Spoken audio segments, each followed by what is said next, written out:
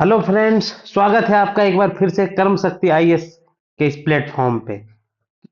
जैसा कि ज्ञात होगा आपको, अभी अभी 2 दिन पहले ही बीपीएससी प्रीलिम्स 71वीं का रिजल्ट आया है, और जिसमें हमारे काफी साथियों और स्टूडेंट ने मैसेज किया कि वो इस प्रीलिम्स के एग्जाम को पास करने में सक्सेसफुल रहे हैं। और जैसा कि आप सभी को पता होगा कि एक बड़ी वैकेंसी है 71वीं की, जिसमें 1200 से ज्यादा सीटें हैं। तो ये स्टूडेंट के लिए एक अच्छा अपॉर्चुनिटी है। तो कुछ स्टूडेंट इसमें पास कर पाए हैं, लेकिन वो कुछ स्टूडेंट ऐसे भी है जो किसी कारणों से इसे क्वालिफाई नहीं कर पाए हैं। तो हमारा इस वीडियो का पर्पस ये है कि 71st मेंस में आपकी प्रिपरेशन स्ट्रेटजी क्या होनी चाहिए, जिसे अगर आप फॉलो करें, जो एक जेन्यून स्ट्रेटजी हो, तो आप 71st के फाइनल मेरिट लिस्ट में अपने नाम को देख सकें, और आप रिजल्ट को फाइनली कन्वर्ट कर सकें, इस प्रीलिम्स रिजल्ट को फाइनल मेरिट लिस्ट में कन्वर्ट कर सकें। और जैसा कि मैंने अपने क्रेडेंशियल्स के बारे में बताया था कि मैंने 3 बार बीपीएससी का इंटरव्यू दिया है, और 3 बार यूपीएससी का मेंस दिया, और 69th बीपीएससी में फाइनली मैं सेलेक्टेड हूँ। तो मैं आपको ये बीपीएससी का जो मेंस का प्रोसेस है, इसमें मैं अपना एक्सपीरियंस आपके साथ शेयर करना चाहता हूँ, और यही इस वीडियो का पर्पस है। तो जो स्टूडेंट पास हुए हैं वो हमारे इस स्ट्रेटजी को देखें, और उसके अनुसार अगर मेहनत करेंगे, काम करेंगे, तो डेफिनेटली आप सक्सेसफुल होंगे, क्योंकि एक ट्राइड एंड टेस्टेड स्ट्रेटजी मैं आपके साथ शेयर करने वाला हूं।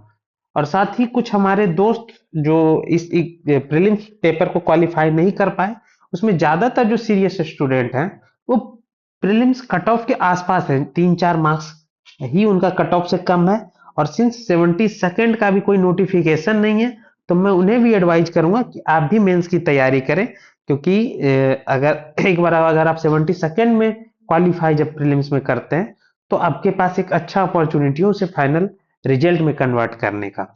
और जिनका प्रीलिम्स के कट ऑफ से गैप ज्यादा है, तो अभी कुछ दिन के लिए वो प्रीलिम्स की तैयारी कर सकते हैं। और प्रीलिम्स का जो स्ट्रेटजी वीडियो है वो मैंने अपने इसी चैनल पे डाल रखा है, तो आप उससे जरूर फॉलो करें उस वीडियो को।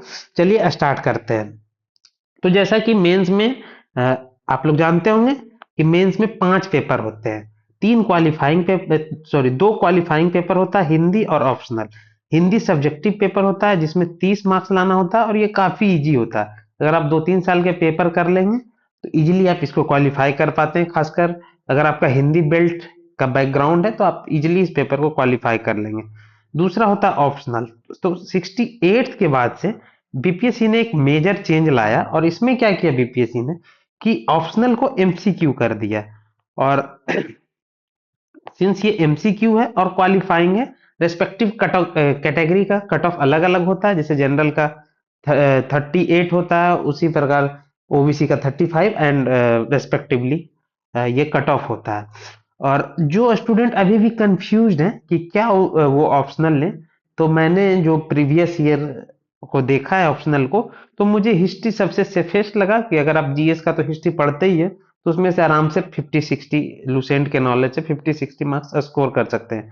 तो जिन्होंने अभी ऑप्शनल डिसाइड नहीं किया है, तो हिस्ट्री ऑप्शनल ले सकते हैं। चलिए अब बात करते हैं जो जिसका मार्क्स ऐड होगा फाइनल मेरिट लिस्ट में, और जिससे आप एसडीएम, डीएसपी और अदर वेरियस पोस्ट पे जाने वाले हैं। तो इसमें 3 पेपर होता है मेंस में, जीएस 1, जीएस 2 एंड एसए। तीनों 300 मार्क्स के होते हैं, मतलब 900 मार्क्स का होता है टोटल मेंस का पेपर।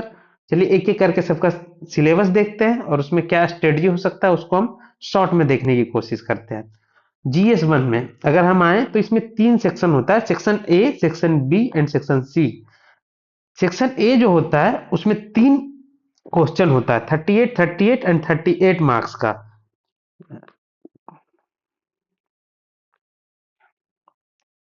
तो 114 मार्क्स का हिस्ट्री हो गया, उसी तरह 114 मार्क्स का करेंट अफेयर्स, और 36 और 36 यानी कि 72 मार्क्स का डेटा इंटरप्रिटेशन है।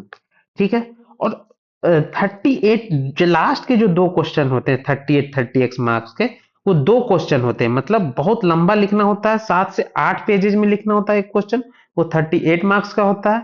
जो लास्ट के जो दो बड़े क्वेश्चन होते हैं इसमें आपको ऑप्शन मिल जाते हैं, दो क्वेश्चन होते हैं, दोनों में से एक लिखना होता है। उसी तरह लास्ट वाले 38 में दो में से एक लिखना होता है। लेकिन ये एक जो 38 मार्क्स का क्वेश्चन होता है, इसमें तीन क्वेश्चन 7 मार्क्स के होते हैं, 7 मार्कर के तीन क्वेश्चन, और 8 मार्कर के, सतिया 21 और 8 दूनी 16, सॉरी,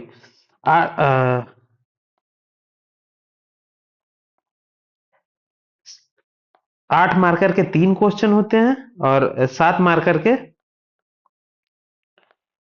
दो क्वेश्चन होते हैं।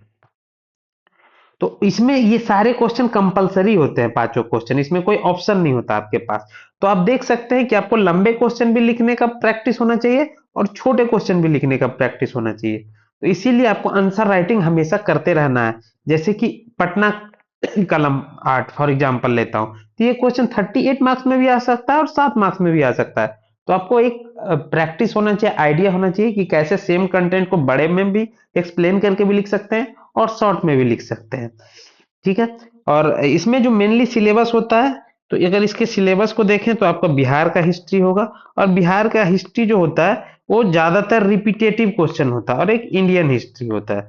इंडियन हिस्ट्री में ज्यादातर क्वेश्चन रिपीट नहीं होते, इसमें स्पेक्ट्रम से क्वेश्चन आता है, और जो बिहार का हिस्ट्री होता है रिपीटेटिव होता है। अगर आप प्रीवियस ईयर क्वेश्चन कर लेते हैं तो आप इजिली बिहार वाले हिस्ट्री को क्रैक कर पाएंगे।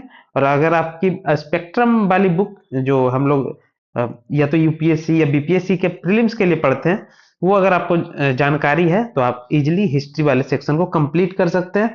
ये काफी हाई स्कोरिंग सब्जेक्ट है क्योंकि क्वेश्चन ज्यादातर रिपीटेड होता है इस पार्ट से। नेक्स्ट आते हैं करंट अफेयर्स पे। करंट अफेयर्स में भी सेम इसी पैटर्न पर दो लॉन्ग क्वेश्चन होता है और एक short question. Short question 7 marker के दो क्वेश्चन और 8 मार्कर के तीन क्वेश्चन। सिंस ये टॉपिक रिपीट नहीं होता, करेंट अफेयर्स होता है, तो इसलिए इस सेक्शन को तैयार करने में थोड़ा सा टाइम लग सकता है आपको, और पिछले 8-10 महीने के आपको करंट अफेयर्स पढ़ने पड़ेंगे। और ये जो मेनली जो इसमें सेक्शन है, इसमें आईआर के क्वेश्चन होते हैं। वैसे आईआर के अलावा पॉलिटी और इकोनॉमिक्स के भी जो हाइलाइटेड टॉपिक रहे हैं वो भी आ सकते हैं। अब इसमें सोर्स क्या होता है? सोर्स इसमें होता है किसी भी आप कोचिंग के मंथली मैगजीन को फॉलो कर सकते हैं। ठीक है। नेक्स्ट है डेटा इंटरप्रिटेशन। अब डेटा इंटरप्रिटेशन में दो क्वेश्चन होता है, 36 मार्क्स का। इसके अंदर एक क्वेश्चन में 5 या 6 क्वेश्चन होता है। ठीक है। और इस सेक्शन का खासियत यह है कि अगर आपकी एक्यूरेसी अच्छी है मैथ में, तो आप 72 में से 72 मार्क्स स्कोर कर सकते हैं, जिसके कारण ये मेक इट और ब्रेक इट वाला सेक्शन हो जाता है डेटा इंटरप्रिटेशन। मेरा विश्वास मानिए, मेरा एक्सपीरियंस ये कहता है कि अगर आपने 72 मार्क्स आउट ऑफ 72 अगर आपने स्कोर कर लिया, तो आपका 90% सिलेक्शन वहीं पे हो गया। तो इसलिए कोशिश करें, इसको हल्के में ना ले, क्वेश्चन देख के कि हो जाएगा हो जाएगा हो जाएगा। उसको जरूर जब भी आप प्रीवियस ईयर सोल्व कर ले या टेस्ट सीरीज दे, तो उसको आंसर तक पहुंचने की कोशिश करें, हर स्टेप को करें, ताकि आप 72 आउट ऑफ 72 स्कोर कर सके।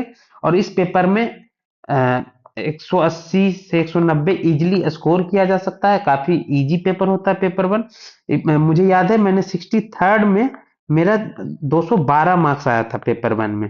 खैर अब तो इतना मार्क्स नहीं देता बीपीएससी पेपर वन में, लेकिन ये one of the highest marks उस समय का था, क्योंकि मैंने पेपर वन को काफी अच्छे से तैयार किया था। इसमें डेटा इंटरप्रिटेशन और हिस्ट्री ऐसा सेक्शन है, काफी हाई यील्डिंग सेक्शन है।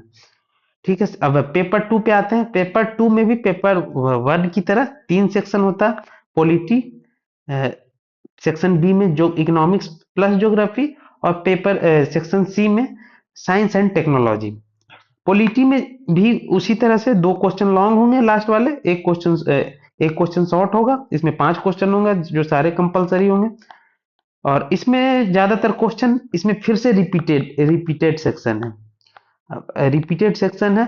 और पॉलिटी में थोड़ा मार्क्स कम मिलता है, जैसे ये लंबे क्वेश्चन में ऑन एन एवरेज 20 से 22 नंबर मिल सकता है अगर आपने अच्छा लिखा पेपर वन में। लेकिन पेपर टू में के पॉलिटी वाले सेक्शन में अगर आपने अच्छा भी लिखा तो 15 मार्क्स से मिलता है।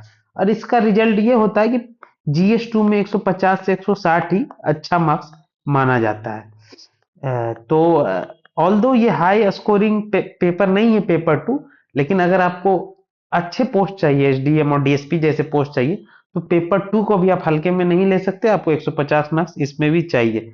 और पॉलिटी का जैसे मैंने बताया, इसमें ज्यादातर क्वेश्चन रिपीटेड होते हैं, और इसके सोर्स जो है बीपीएससी और यूपीएससी के प्रीवियस ईयर क्वेश्चन है।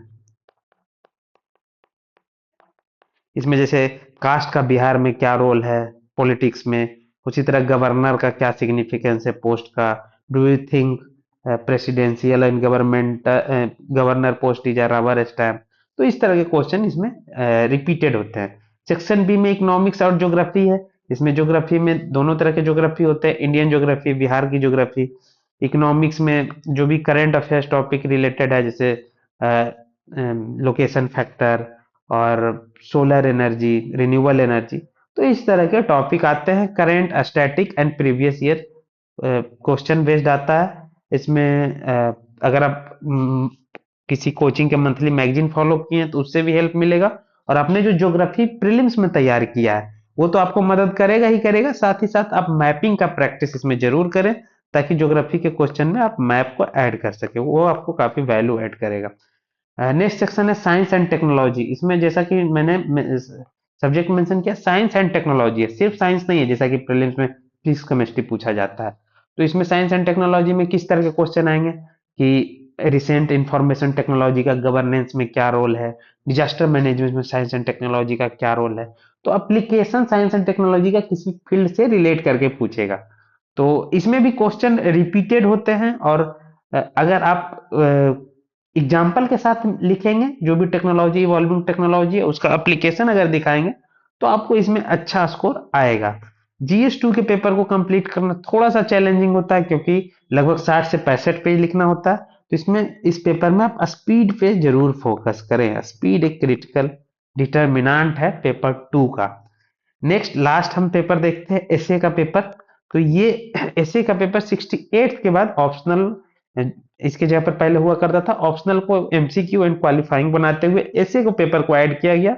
और एसए के पेपर में 3 सेक्शन होता है, section A, section B and section C. और एसए का जो पेपर होता है, पहले तो 68 में हिंदी और इंग्लिश मीडियम में बराबर मार्क्स आ रहा था, लेकिन 69 में ऐसा देखा गया कि हिंदी मीडियम वाले को 200 से 210 मार्क्स भी मिला है, तो ये एक हाई स्कोरिंग पेपर है। इंग्लिश वाले को अब भी अगर अच्छा लिखे तो 160-70 मिला है।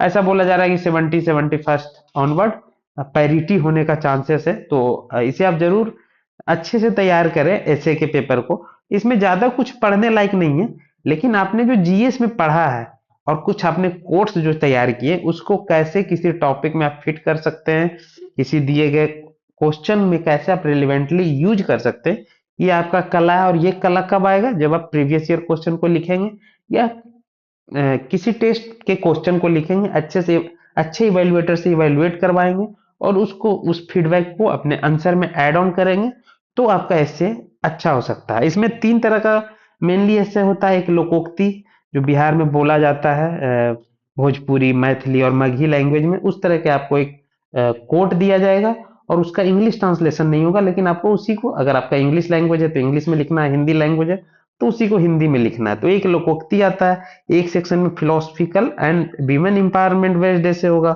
और एक जो ऐसे होगा agricultural climate change IR based ऐसे होगा। तीनों ऐसे लगभग 10 से 12 पेज में लिखना होता है। तो ऐसे में ऑल दो लिखना कम है, 30 पेजेज के अराउंड लिखना है, लेकिन सिंस ऐसे को बिना ब्रेन स्टॉर्मिंग किए लिखेंगे तो चांसेस है कि फ्लो गड़बड़ हो जाएगा। तो फ्लो पे काम करना है, तो पेजेज कम है लेकिन फ्लो मेंटेन करना है। इसके कारण टाइम लगता है 3 घंटा लिखने में, लेकिन compare to GS 1 and GS 2 ऐसे में टाइम की टाइम का क्रंच आपको कम फील होगा। और कोट्स वगैरह आप यूज जरूर करें इसमें ऐसे में, जो कि आपको फायदा देगा। तो थैंक यू फ्रेंड्स हमारे साथ जुड़ने के लिए। और अगर आपको कोई डाउट हो मेंस के तैयारी से रिलेटेड, तो हमारे यूट्यूब के कमेंट बॉक्स में जरूर जरूर कमेंट करें, और साथ ही टेलीग्राम का लिंक आपको होगा, उस चैनल को ज्वाइन करें और टेलीग्राम पे हमें मैसेज करें अगर आपकी कोई क्वेरी हो। Thank you.